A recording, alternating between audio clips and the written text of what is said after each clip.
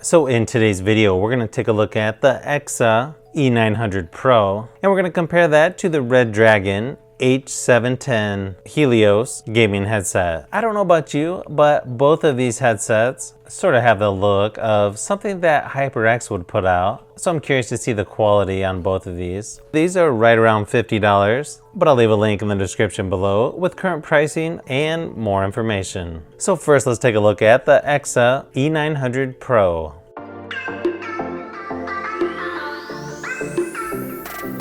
Both of these headsets are 7.1 surround sound, with USB of course. They both work on PS4, PC, Xbox One, and Nintendo Switch. The nice thing about the E900 Pro is you can use USB or just use the 3.5mm audio cable, so it's sort of like having two gaming headsets in one.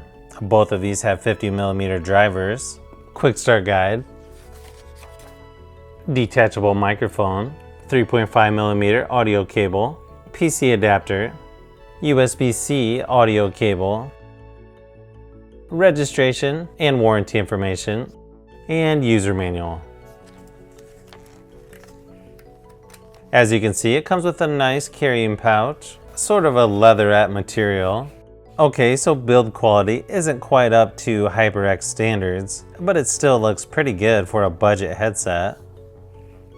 It's got a leatherette material over the headband, decent amount of cushion there underneath the headband. Very similar in styling to the HyperX as far as the sliders go. A pretty good amount of adjustment for the ear cups, and they definitely spread out to pretty much any size head. The other thing is these actually feel really lightweight, which is always a good sign. You can tell the padding on these ear cups are super soft and definitely feel like memory foam. All your controls and ports are at the bottom of the left ear cup, such as where the mic plugs into, your USB cable, 3.5mm audio cable, the mute button for your mic, and your volume wheel.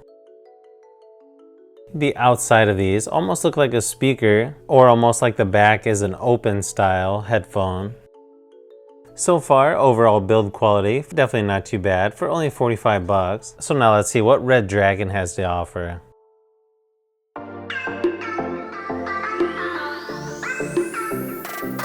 Now the Redragon is also 7.1 surround sound. This one, however, does have an EQ control box, and it has 4 different modes in sound: music, games, and movies, memory foam ear pads, and a detachable microphone. Again, this one has 50mm drivers, and this one is right around $56. So again, a pretty affordable headset. Packaging on this one definitely looks a little better than the E900 Pro.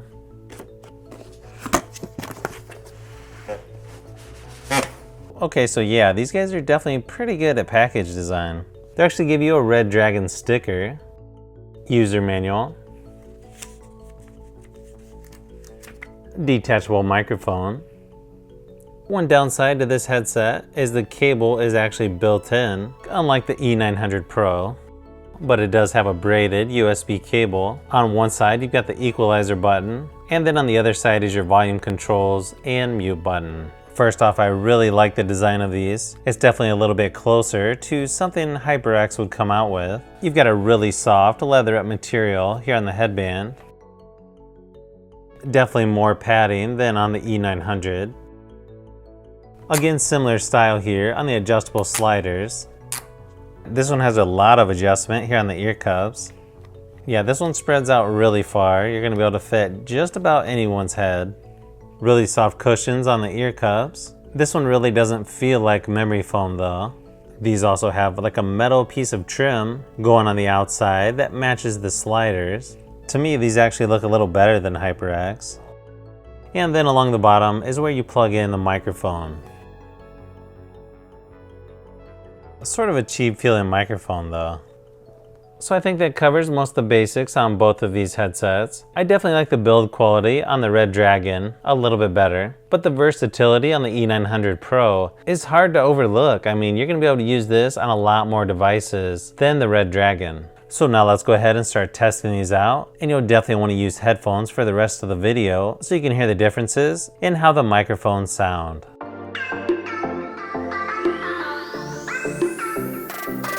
This is a mic test for the EKSA E900 USB gaming headset. Now this works with PC, PS4, Xbox One, and Nintendo Switch. Now this does say Xbox One headset with 7.1 surround sound, but I'm not quite sure how that can be because it doesn't actually work with my Xbox One. Therefore, you'd have to use the 3.5mm audio cable. I forgot to mention, when you plug the USB in, there are red lights on the outside of the ear cups. This also comes with a detachable microphone. It also comes with two different cables, a 3.5mm, plus it also gives you a Y adapter for a PC, and then you also get one USB cable. Now when it comes to which of these sound better, this one actually seemed pretty easy to pick the Redragon, which was a little bit better in hearing details like footsteps and shot direction than on the EKSA E900 Pro. They both lack in bass in my opinion, but I know some people don't want that extra bass during certain games, so it may not be that big of a deal. The presets on the Redragon also help quite a bit, depending on whether you're listening to music, games, or movies. So yeah, if you want the better sounding headset overall, I would go with the Redragon H710 Helios.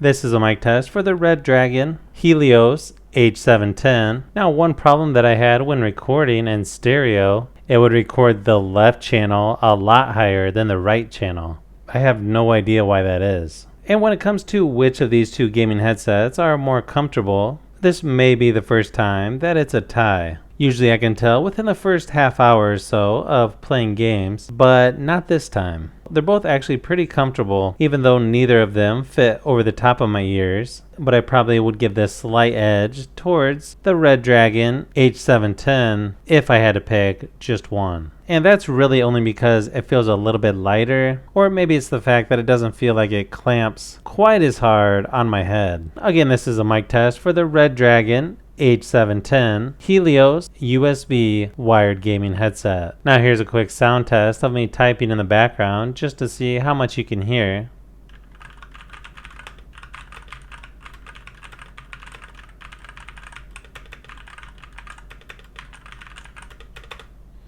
Now keep in mind, this mechanical keyboard is super loud, and apparently my wife thinks that she can tell when I'm typing when she's on the other end of the house. But personally, I don't know if they're that loud, but yeah, it's a pretty loud mechanical keyboard. And I'm currently only about 1 foot away, which is probably what most people would be if you're typing.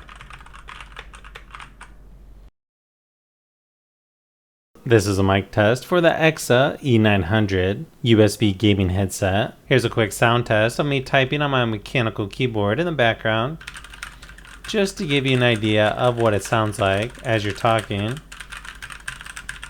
I assume it's going to be about the same as on the Redragon, so let me know in the comments below which one you think is the better gaming headset. Now I'm currently connected with the USB cable. Chances are it's going to sound a little bit better using USB. Now I'll give you a comparison of what it sounds like using the USB cable versus 3.5mm.